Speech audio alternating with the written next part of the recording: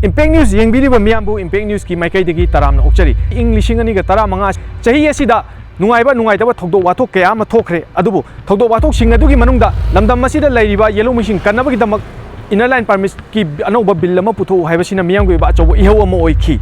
ai akoi jum tompongna Impact News na iho wasi mari lena na khomjan tasan jahoba pawdam khara miyamda na hongna na pijari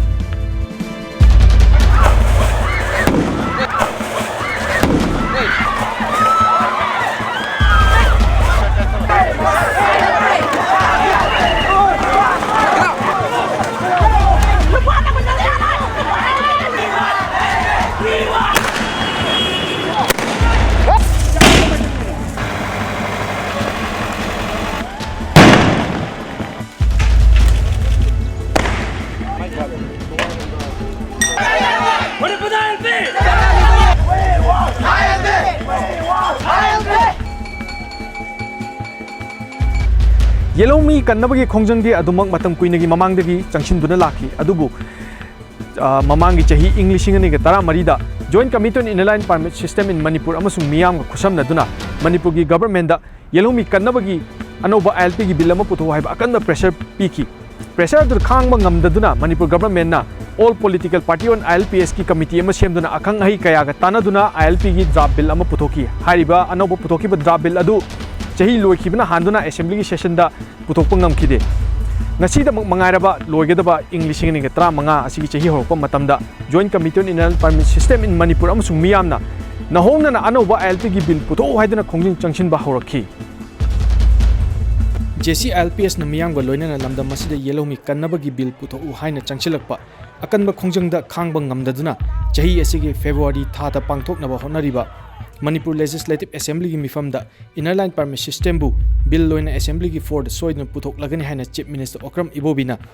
mahaki Bangloda February thagi tang tare ta famkiba all political party ki mifamda phongdokhi ba wafam gi matung ina Manipur government na tha adugi tang anida session manga chupna chathagadaba tara suba Manipur Legislative Assembly ki tara suba senba mifam hauki chathakiba Manipur Legislative Assembly mifam adugi marini suba numit fawda Manipur ki yellow machine kannabagi damak bill puthok laktabagi mayokta Joint Committee on Inland Permit System in Manipur na makhata na chathagadaba Manipur Legislative Assembly ki mifam boycott tawki ngasi gi nundang amasung hayengdagi civil disobedient movement ama akhoi ki masi khongjang ama changjalagani JC ILPS na boycott tongna chathakiba Manipur Legislative Assembly aroiba numita Business Advisory Committee ki mifam na lakliba March thagi tang tarago humdoida amuk hanna makhata na Manipur Legislative Assembly ki mifam phamba haina warep lauki aroiba assembly session gi numit aduda Chief Minister Okram Ibobina ILP gi matangda lakliba March tara humdoida session makhata na famduna numit aduda House ta ILP gi bill introduce tawgani aduga March ki tang tara tarukta House ta bill asi puthokna pass tawgani heba wafam sing House ta thamki nakal amaromda chathakiba assembly session aduda ILP gi bill putho haiduna Chief Minister Banglo tamna JC ILPS Women's Wing gi ima kayana wakat khongchat lakhi bi JC ILPS Women Wing gi ima singbu Imphal West ki police personnel singna thattuna mafam adudagi phagatki khongjing changsin ki bi ima sing aduna Manipur da ILP chana halu Chief Minister fam thadu haiba kholaw kya su lawromki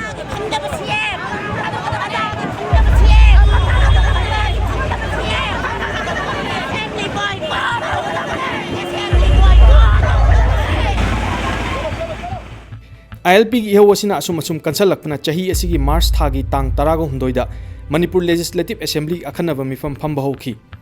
mifam adu ahobanu mita House ki leader oriba Manipur ki Chief Minister Okram Ibobi Singhana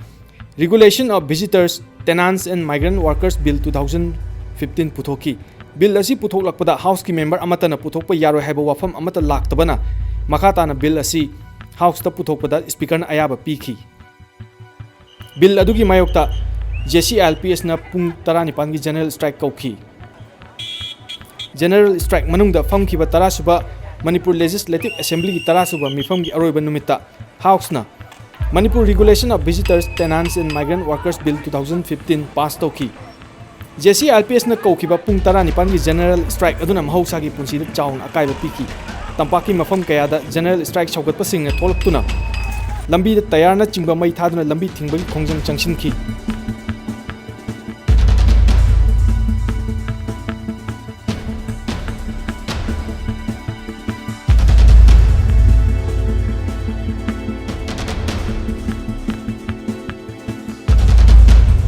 matam khara ILP gi ihong nem tharuraba matung Manipur Legislative Assembly gi nongju mifam naksil lakpaga loinana Joint Committee on Inner Line Permit System JCILPS na lamdam masida Inner Line Permit System chanahangadabani haina khongjang changsinba horakhi ILP gi khongjang bu lebak mayamda amuk nauhongnana ningsing hanba oina chahi asigi March thagi tang 13 ta Manipur Legislative Assembly gi akhanaba mifamna bill loina pass tawkhiba The Manipur Regulation of Visitors, Tenants and Migrant Workers Bill 2015 handokadabani haiduna Thobalda miyamgi ba achoba khongchat ama chatki JCILPS amadi loop asigi Women Wing amasung Student Wing na sinba rally aduda Thobalgi ima ibel sing amasung tongan tongan ba mahilo singgi mahiro kyana saruk yakhi lakpa miyan chasing sida aigoi gi hariba saktak che si pairaga lehen biu amakoi da lakpa matamda saktak che amam pibiu Pass tawkiba The Manipur Regulation of Visitors, Tenants and Migrant Workers Bill 2015 handoktuna anauba ILP gi bill ama puthoku haiba khongjang gi marakta tarasuba Manipur Legislative Assembly gi tarasuba Assembly Session June thagi tang 13 tagi hauki Manipur Legislative Assembly gi chathakhiba nungju mifam aduda anauba ILP gi bill ama puthoku haiduna Joint Committee on Inner Line Permit System JCILPS na khongjang leptana changsinki mahiroi kayana su chathariba Manipur Legislative Assembly gi session aduda Yellomi kannanaba bill ama puthok tuna pass taw haibagi demanda wakat khongchat chatpa horki mahiroi singi khongjangda police ka mungnarak tuna police na phubu chaiba horakpadagi mahiroi kya aso apan nangba horki aso apan nanglaba mahiroi kya bu manak nakpada leiba hospital singda puduna laikat nakhi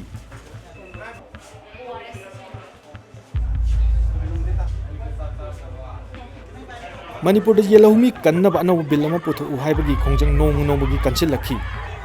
Lebak miyam hogduna changsil lakab ihau aduda July thagi tang 9 na khwaidigi laibak thiba numit habdu oiki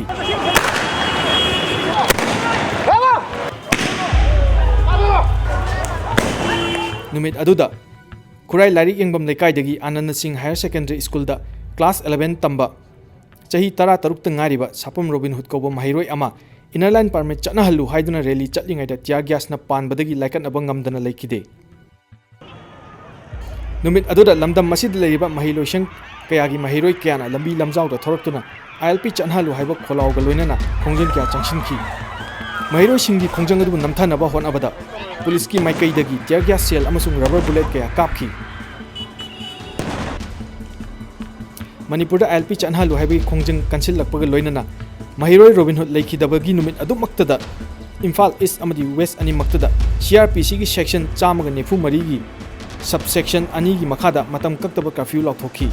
Manipur da ILP chanhalu ILP ge anauba bilama photo haiduna haukiba numit khara sida changsilakpa mahiroi singi prajagi khongjangda akan ba khongjang amoina ngasi changsilapang matamda police na makhoi ba tangkhaina ba honabada ter ge sel ka ba matamda Ananda Singh Higher Secondary Academy gi mahiro ama sokpadagi sokpa matung namu laikhedabadagi irang hena kalakba yabagi phiyo morakpadagi Imphal East amadi Imphal West ki DC anina Greater Imphal da matam kaktaba indefinite curfew lautokre mahiroi Robin Hood leikidabadagi curfew thamjan khrabasu curfew marakta khoisau naraba miyam horaktuna Kurai Maikai da lambi thingbi khongjang changsin ba horakhi haunaruba tawdana leikidraba Sapam Robin Hood ki poknafam Larik Yengbam makha lekai gi miyamna Kurai thong thingjinba amadi Kurai thong da tayar amadi uwa phajindana mai thaki Manipur government na ILP ihau da thon ningdaba thodok thoktanaba curfew lauthokrabasu miyamna curfew thugaiduna lambi lamjau da thoraklaga Manipur da ILP chanhalu haiduna protest chathanakhi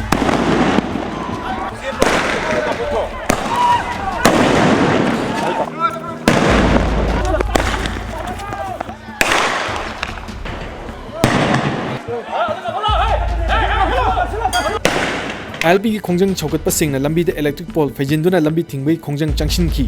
khongjang loi sing aduna chief minister Okram Ibobi singhagi mitam mai thaki lambi da lakpa gari macha achoba amadi mi punamak achat ong amata chanhan khide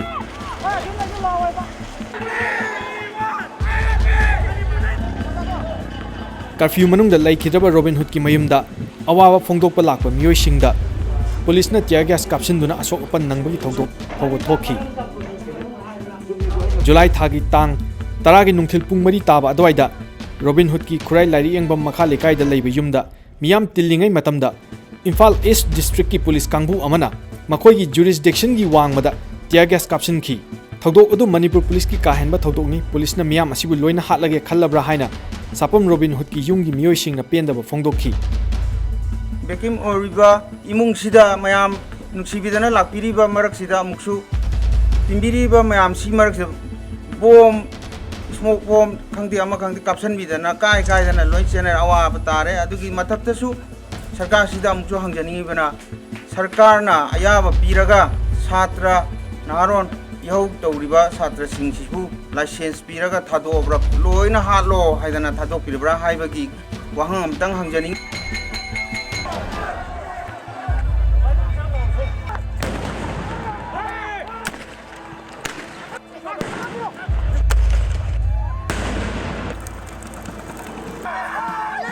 Miyam gi ihog da khangba ngamdabadagi Manipur government na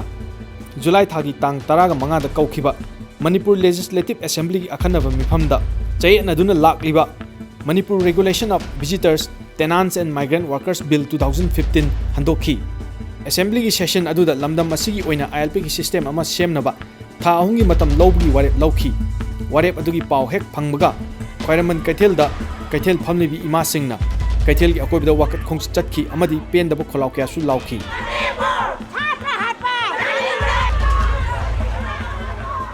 ILP gi ihoga mari lenana matam kuina thingdun leiruraba school college sing August thagi tang humda hangba hoki school college sing hangba hauba numit adumaktada JC LPS student wing na ILP gi anoba bill ama puthok waidana khongjin changchinki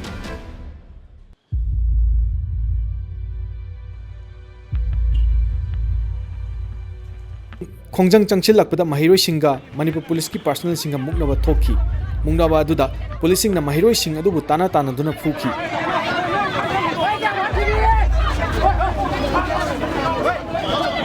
mahiroi kana Manipur da inner line permit system gi bill pass tawdri fawba si drifau chara hengani haiduna chara henbagi khongjang changchin ba hongna rakhi tampak lamdam gi lekai mafam khudingda mahiroi singda natana ahal dagi hauraga angang fawba chara henbagi khongjang asida saruk yasilakhi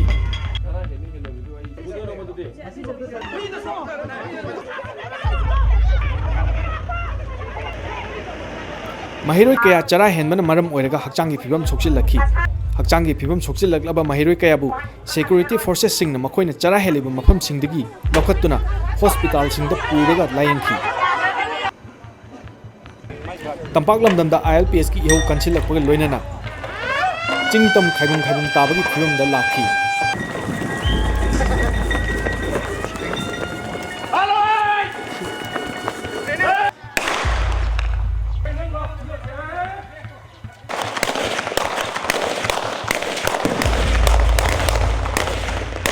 August thagi tang taraga nipanda More town da ILPS ki khongjanga mari leinana ILPS pu sogatpa amadi yaningdab ani gi marakta charangnaba thokpadagi More da tangta da phibam amma lakhi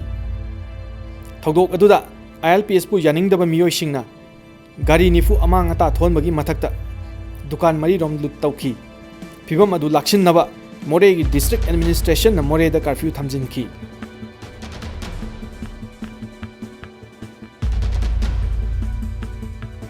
The Manipur Regulation of Visitors, Tenants and Migrant Workers Bill 2015 handokhraba matung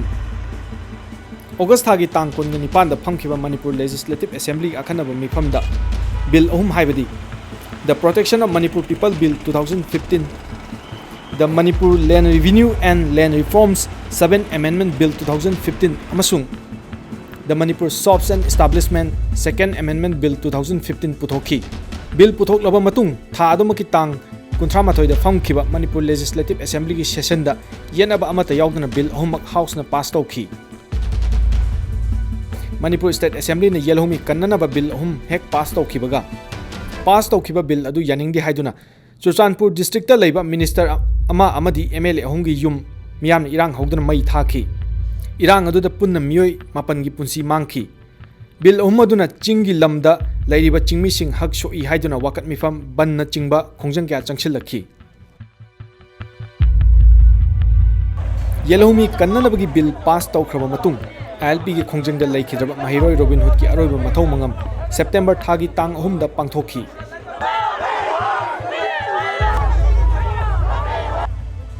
numit aduda laikhidraba mahiroi Robin Hood ki thawai yaugdraba hakchang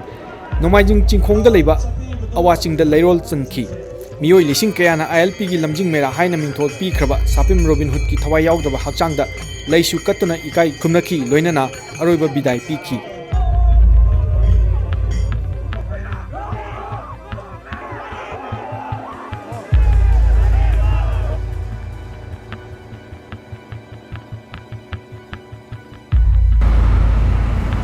Manipur legislative assembly ने चाहिए सिदा पास तौखिबा bill अहुम Manipur governor के अयाबा लौनबगीदमक governor पिशन की governor ना bill Singh अदु अमुक India की president दा रिफर तौखी इंडिया की प्रेसिडेंट ना बिल सिंह असिगी मतंगदा इंडिया गवर्नमेंट की मत लौनबगीदमक पिशन क्रे हारी करिगुंबा मथंगी चाहिदा बिल सिंह असी इंडिया की प्रेसिडेंट ना पास तौदुना एक ओलक्त्रगदी जेसी ILPS ना अकनबा खोंजन चंगसिनगनी हारी अदुना पासिंग स्टेज दा लेरिबा बिल सिंह असिना करिगुंबा एक ओलक्त्रगदी मणिपुर गवर्नमेंट ना करी मखा ताबा खोंथांग लौखलकदगे अमसुंग जेसी ILPS ना करी खोंजिंग चंगसिनगदगे हाइबदु ngaimina haibaduni